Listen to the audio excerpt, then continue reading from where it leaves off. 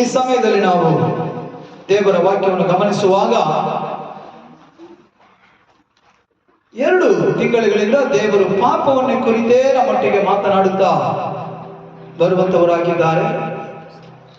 ಪಾಪ ಎಂದರೆ ಏನು, ಪಾಪ ಯಾವ ರೀತಿ ಒಬ್ಬ ಮನುಷ್ಯನಲ್ಲಿರುವಾಗ ಯಾವ ರೀತಿ ಎಲ್ಲ ನಡೆಯುತ್ತೆ, ಯಾವ ರೀತಿ ಆ ಮನುಷ್ಯನನ್ನು ನಡೆಸುತ್ತೆ, ಮತ್ತೆ ಯಾವ ರೀತಿ ಪಾಪ ಮನುಷ್ಯನಾಗಿರುವಾಗ ಅವನ ಜೀವಿತ ಯಾವ ರೀತಿ ಇರುತ್ತೆ ಎಂಬುದನ್ನು ಕುರಿತು ಅನೇಕ ಕಾರ್ಯಗಳನ್ನು ಕುರಿತು ಸತ್ಯವೇದದಲ್ಲಿ ನಾವು ವಾರವೂ ನಾವು ಧ್ಯಾನ ಮಾಡುತ್ತಾ ಬರ್ತಾ ಇದ್ದೇವೆ.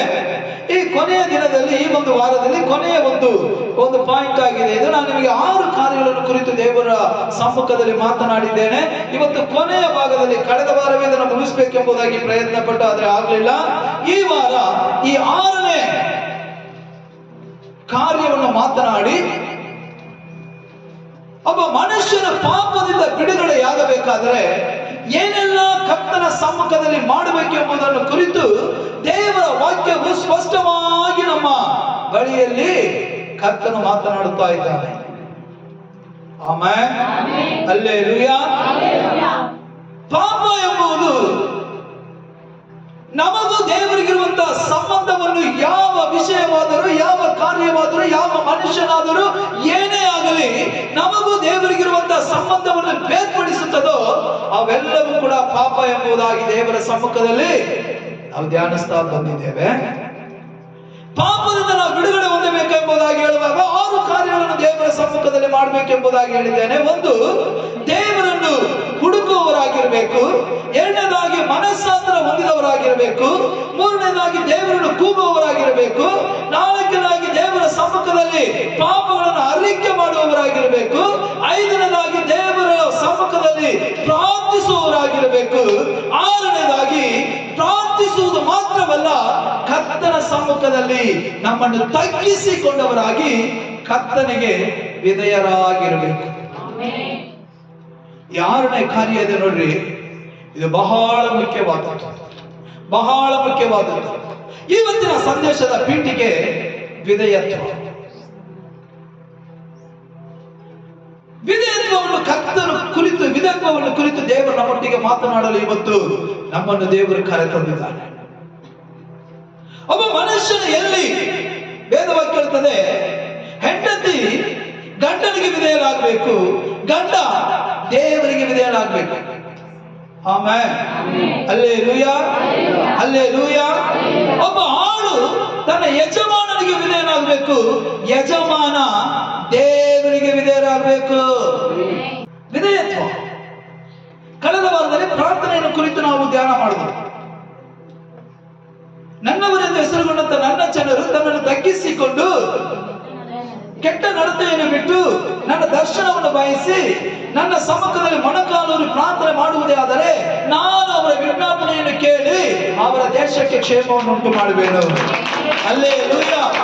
ಈಗ ನೋಡಿ, 6ನೇ ಕಾರ್ಯವನ್ನು ಕುರಿತು ದೇವರು ಮಾತನಾಡುವಾಗ ಕೀಳ್ಪಡಿದೆ. ಸತ್ಯವನ್ನು ಚೆನ್ನಾಗಿ ಅರಿತುಕೊಳ್ಳ್ರಿ. ವಿಧೇಯತ್ವ ಇರುವ ಮನುಷ್ಯ ದೇವರಿಗೆ ಭಯಪಡ್ತಾನೆ. ಹಲ್ಲೆಲೂಯಾ. ದೇವರಿಗೆ ಭಯಪಡುವ ಮನುಷ್ಯ ದೇವರಿಗೆ ವಿಧೇಯತ್ವವಾಗ್ತಾನೆ. ಮತ್ತು ದೇವರ ವಾಕ್ಯ ನೋಡ್ರಿ, ಒಬ್ಬ ಮನುಷ್ಯನು ದೇವರಿಗೆ ವಿಧೇಯರಾದಾಗ ಇಲ್ಲಿ ಒಂದು ಸಂದರ್ಭ ನಡೆಯುತ್ತೆ. ದೇವರು ಸೌಲನನ್ನು ರಾಜನಾಗಿ ಮಾಡಿದ ಮೇಲೆ ಒಂದು ದಿನ ಸಾಮುವೇಲನ ಬಳಿಯಲ್ಲಿ ಹೇಳ್ತಾ ಇದ್ದಾರೆ, ಸಾಮುವೇಲನೇ, ಇಸ್ರಾಯೇಲ್ ಜನರು ಅವರು ಐಗುಪ್ತ ದೇಶದಿಂದ ನಾನು ಕರೆದೊಯ್ಯುವ ದೇಶಕ್ಕೆ ಬರುವಾಗ ಅಮಲೇಕಿಯರು ಅವರನ್ನು ಹಿಂಸಿಸಿ, ಅವರನ್ನು ದೂಷಿಸಿ, ಅವರನ್ನು ನಾಶಪಡಿಸಿದ ಕಾರಣ ಅಮಲೇಕಿಯರ ಮೇಲೆ ನನ್ನ ಕೋಪ ಬಹಳ ಕ್ರೂರವಾಗಿದೆ.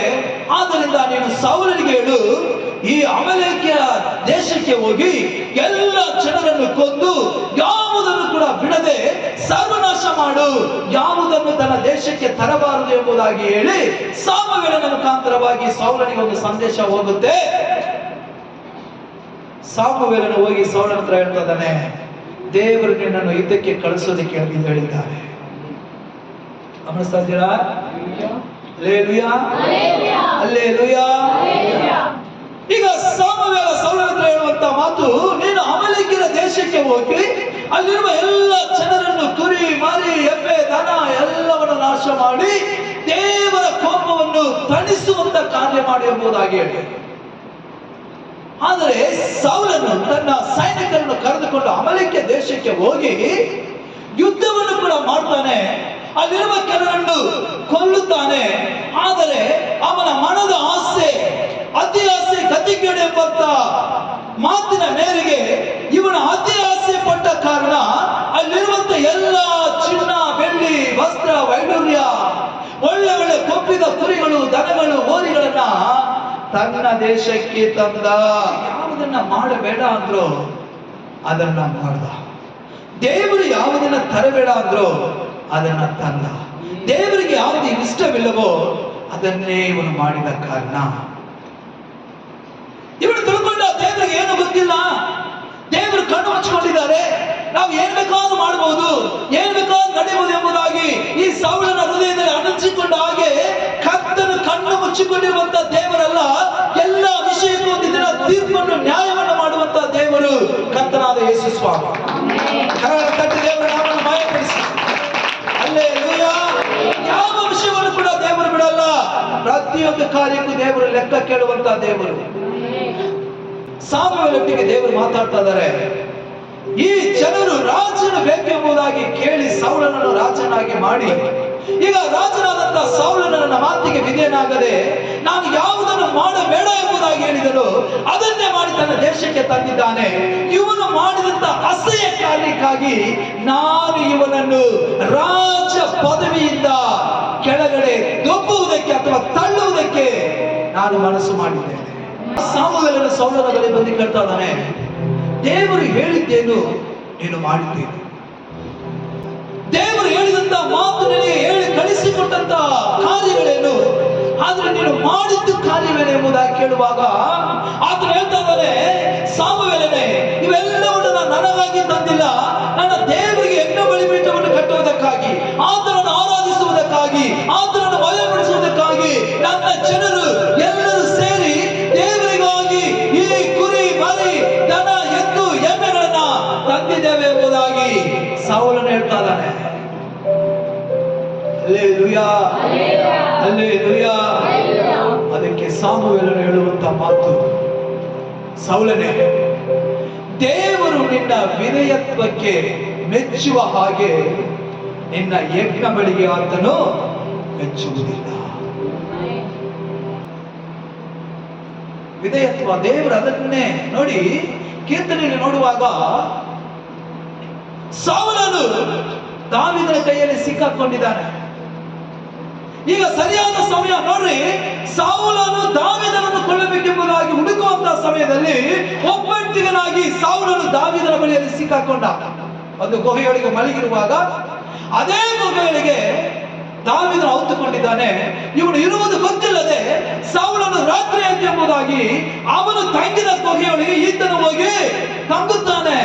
ಆದ್ರೆ ದಾವೀದ ಅವನನ್ನು ನೋಡ್ಬಿಡ್ತಾನೆ. ಈಗ ಸರಿಯಾದ ಸಮಯ ದಾವೀದನಿಗೆ ಸೌಲನನ್ನು ಕೊಲ್ಲುವುದಕ್ಕೆ. ಅರ್ಥ ಆಗ್ತಾ ಇದೆಯಾ? ஹல்லேலூயா. பாருங்க, சவுலுக்கு பயந்துச்சு ஓடி போய் ஒரு பெரிய குகைக்குள்ள தாவீதோட பயந்து கிடக்குறான்.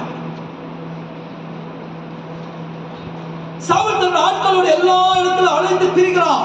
தாவீது கிடைக்கல. சாயங்கால நேரம் ஆயிடுச்சு. இப்போ இரவான பிறகு எங்க தேடுறதுன்னு சொல்லிட்டு தன்னுடைய ஆட்களை ஒரு இடத்துல உட்கார வச்சுட்டு தாவீது இருக்கிற அந்த குகைக்குள்ளே போய் சவுல் என்ன செய்கிறான்? படுத்து நித்திரை செய்கிறான். ஹல்லேலூயா. தாவீது பார்த்துட்டாரு. இப்ப தாவீதுக்கு சரியான சமயம் என்ன? சவுலை கொலை செய்ய. சவுலை கொலை செய்ய. சவுல் தான் தாவீதை தேடுறான். ஆனா இப்போ தாவீது கையில சவுல மாட்டிக்கிட்டான். அவன் நல்லா தூங்கும் பொழுது தாவீது ஈட்டியை கொண்டு போய் சரியாய் அவனுடைய இருதயத்துக்கோ அந்த கழுத்துக்கோ எங்கேயாவது ஒரு குத்து குத்திருந்தா சவுல் செத்திருப்பான். ஆனா தாவீது செய்யல. பக்கத்துல போய் பார்க்கிறான் தாவீது. ಸೌಲನ ಹಾಗೆಯೇ ನಿದ್ದೆ ಮಾಡ್ತಾ ಇದ್ದಾನೆ. ಪಕ್ಕದಲ್ಲಿ ಹೋಗಿ ನಿಂತು ನೋಡ್ತಾ ಇದ್ದಾನೆ ದಾವೀದು ಸೌಲನ ಹಾಗೆ ನಿದ್ದೆ ಮಾಡ್ತಾ ಇದ್ದಾನೆ.